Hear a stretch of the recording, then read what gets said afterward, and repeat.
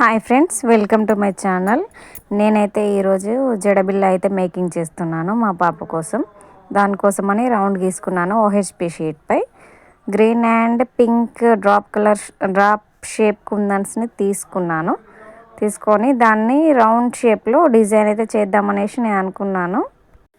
Green and pink colour combination కూడా బాగుంటుందని ఆ కుందన్స్ అయితే తీసుకున్నాను. ఆ రౌండ్ కంప్లీట్ అయిన తర్వాత హాఫ్ మూన్ వైట్ కుందన్స్తో 3D షేప్లో వచ్చేలాగా నేనైతే ఆ కుందన్స్ని డిజైన్ చేయడం జరిగింది. White and sky blue colour.